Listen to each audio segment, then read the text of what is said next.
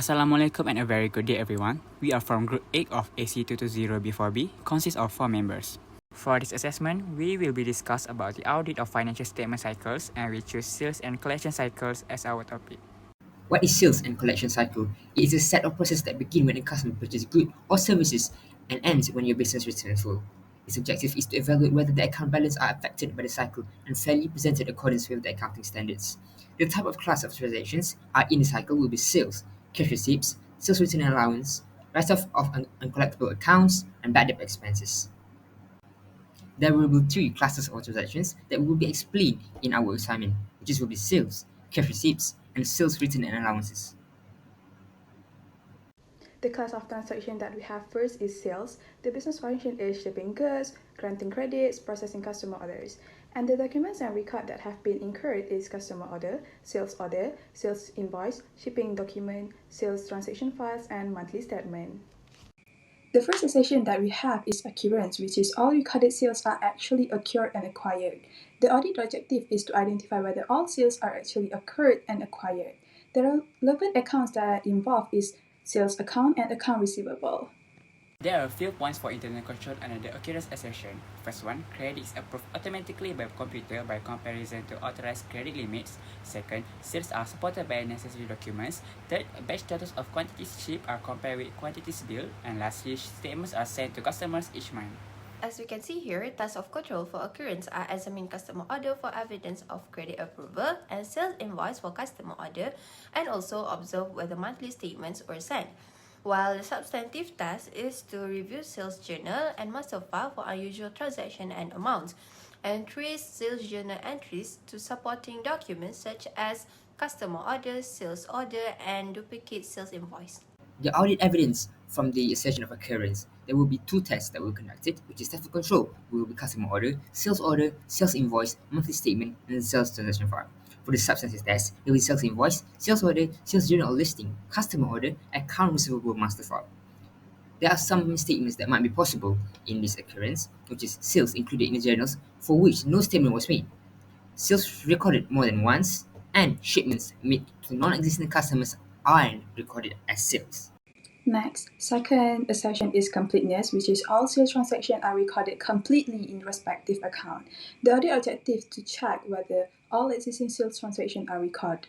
There are few relevant accounts, which is sales, account receivable, sales returns and allowance, and cash discount taken. To make sure all sales are completely recorded, company need to make sure the shipping documents are pre-numbered and accounted for weekly, and batch totals of quantities shipped are compared with quantities billed. Tests of control for completeness are interview the clerk whether it has been verified and authorized by the sales manager and examine a file batch totals.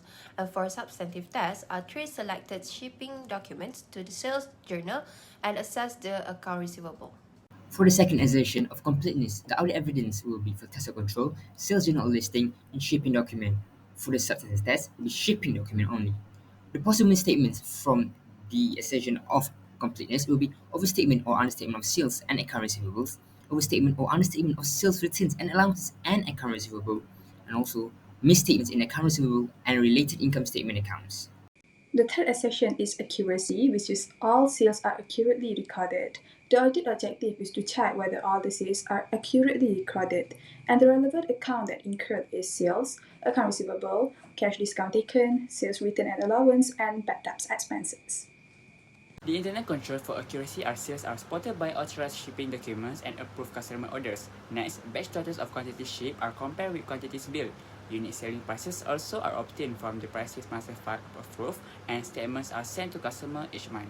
Tests of control for accuracy are examine sales invoice for supporting documents, examine file of batch totals for initials of data control clerk, and examine the approved price list for accuracy and proper authorization.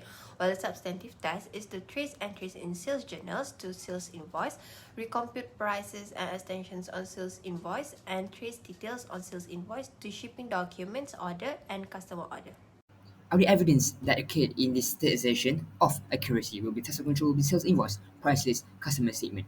For this substantive test, sales journal, sales invoice, and shipping documents. The possible misstatements will be sales and account receivables overstatement or understatement, uncollectible amount receivables have not been provided for, or understatement or overstatement of sales returns and allowances. Next, we have classification, which is all transactions have been in the proper account. The other objective is to check whether all sales transactions have been recorded in proper account and correctly classified. The relevant account that involve is sales, account receivable, cash discount taken, sales return and allowance, and bad debts expenses. While the internal control for the classification is account classifications are internally verified. Tests of control for classification are review chart of accounts and independent review for proper classification and observe whether the account classifies based on generally accepted accounting principle. And for substantive tests are examine duplicate sales invoice and supporting documents for sales transactions.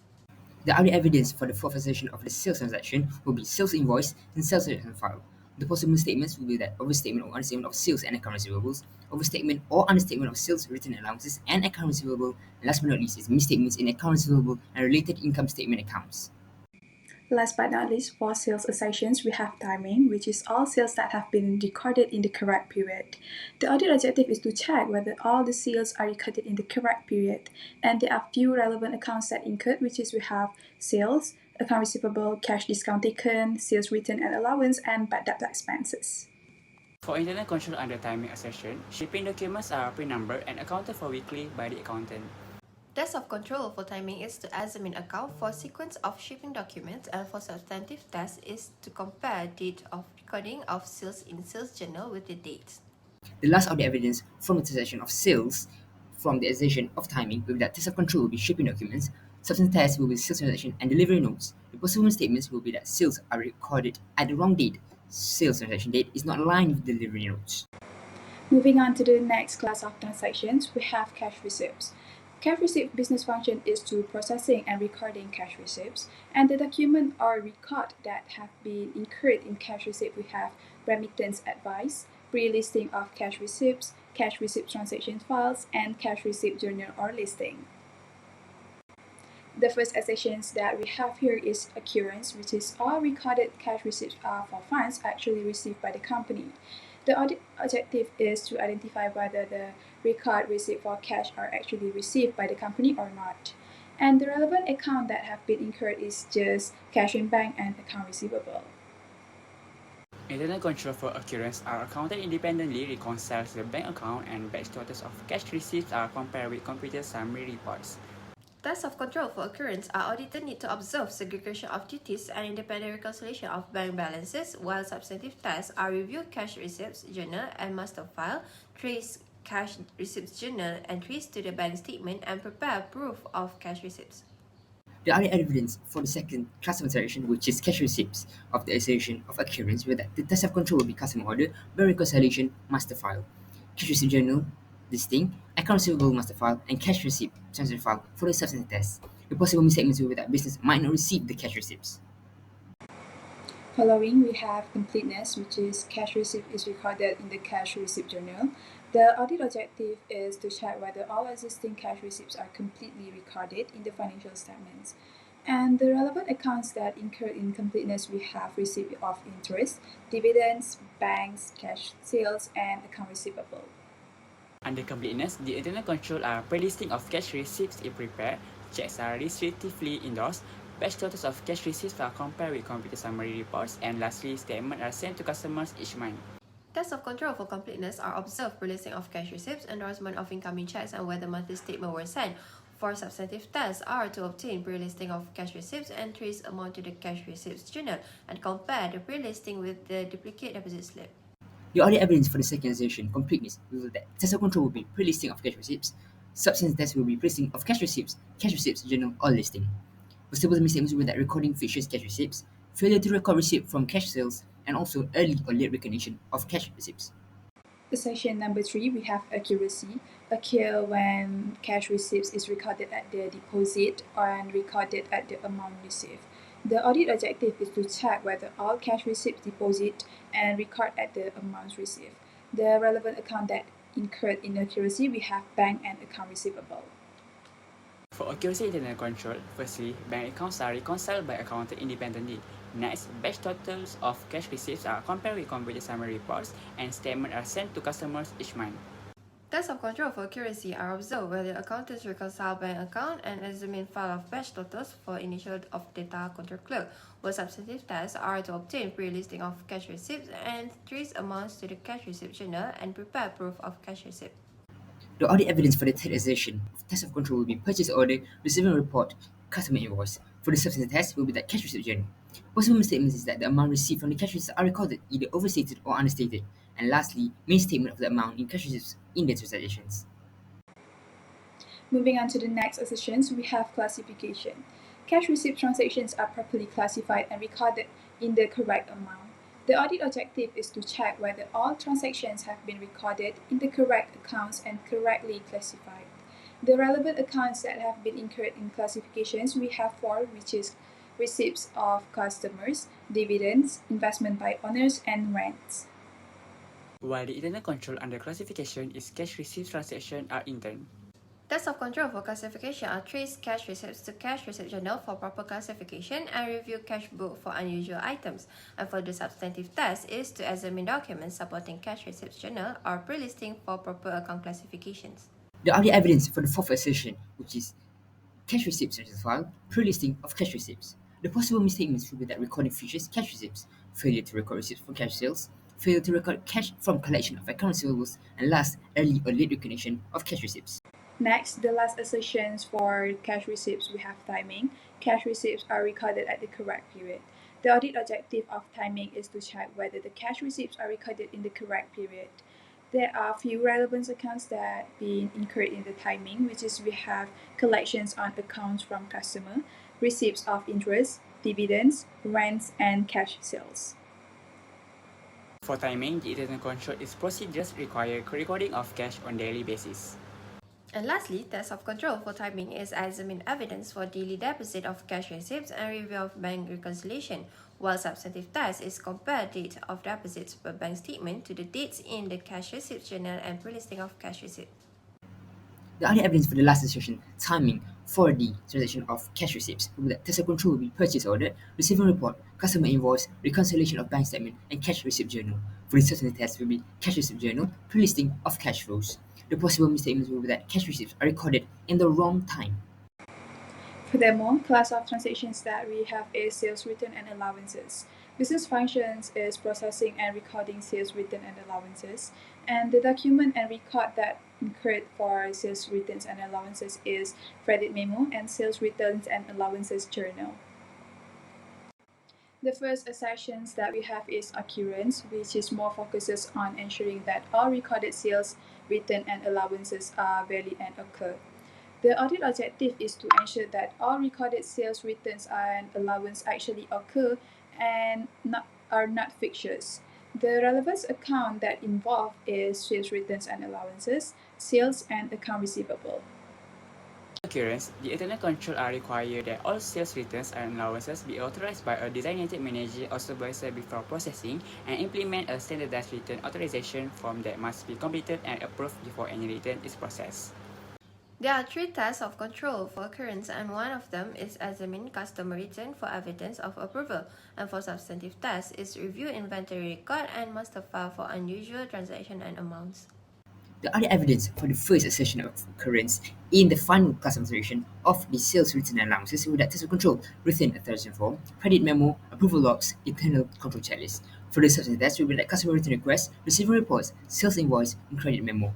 The possible misstatements is that recording sales returns and allowances did not actually occur, overstating or understating the amount of the return and allowances, and last, return process for goods that were never originally sold. Next, assertions is completeness. All transactions involving sales returns and allowances that should be recorded in the financial statement have been captured.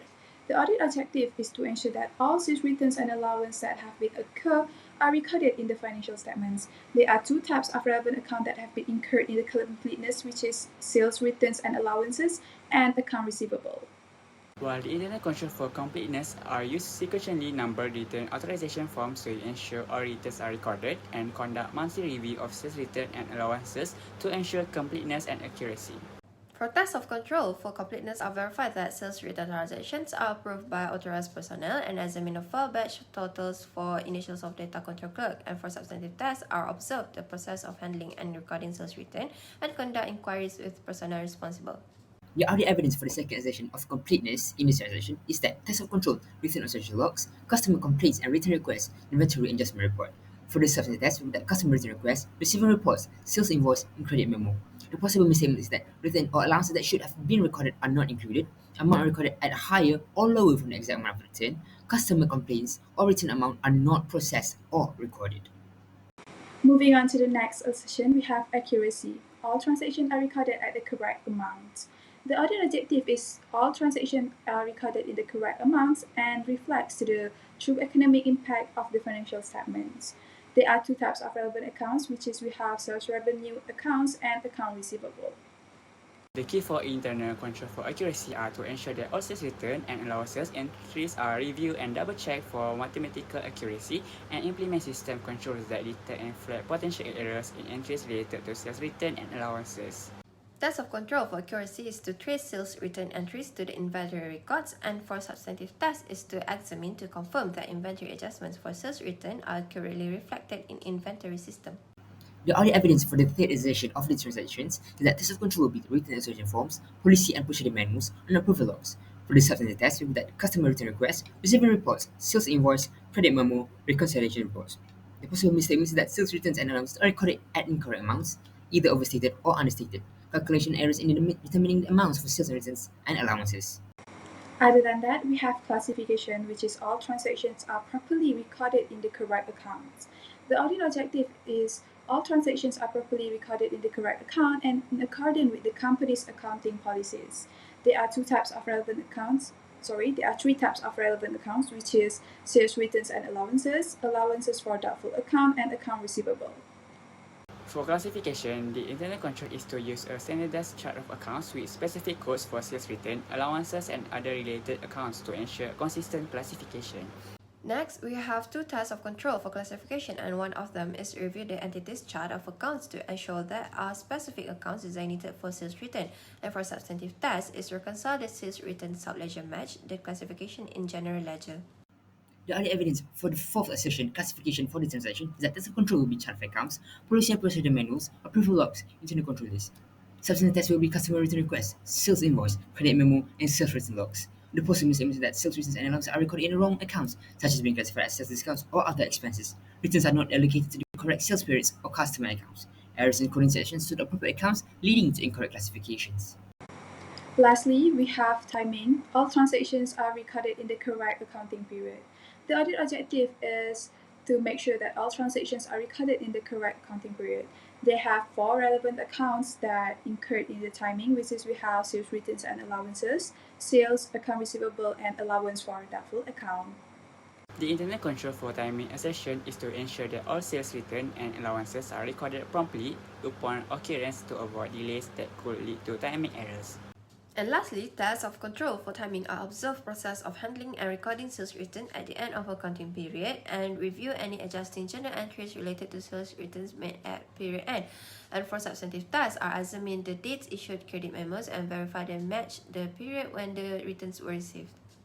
The last audit evidence for the last assertion of timing and the last classification of sales return allowances, which is test of control, will be sales return assertion forms, policy and procedure manuals, approval logs. Substantive tests will be sales return requests, sales invoice, credit memo, and receiving reports. The possible misstatements will be that sales returns and allowances are recorded in an incorrect accounting period, returns are recorded before or after the period in which they are occurred. With that, that's the end of our presentation for today. Thank you.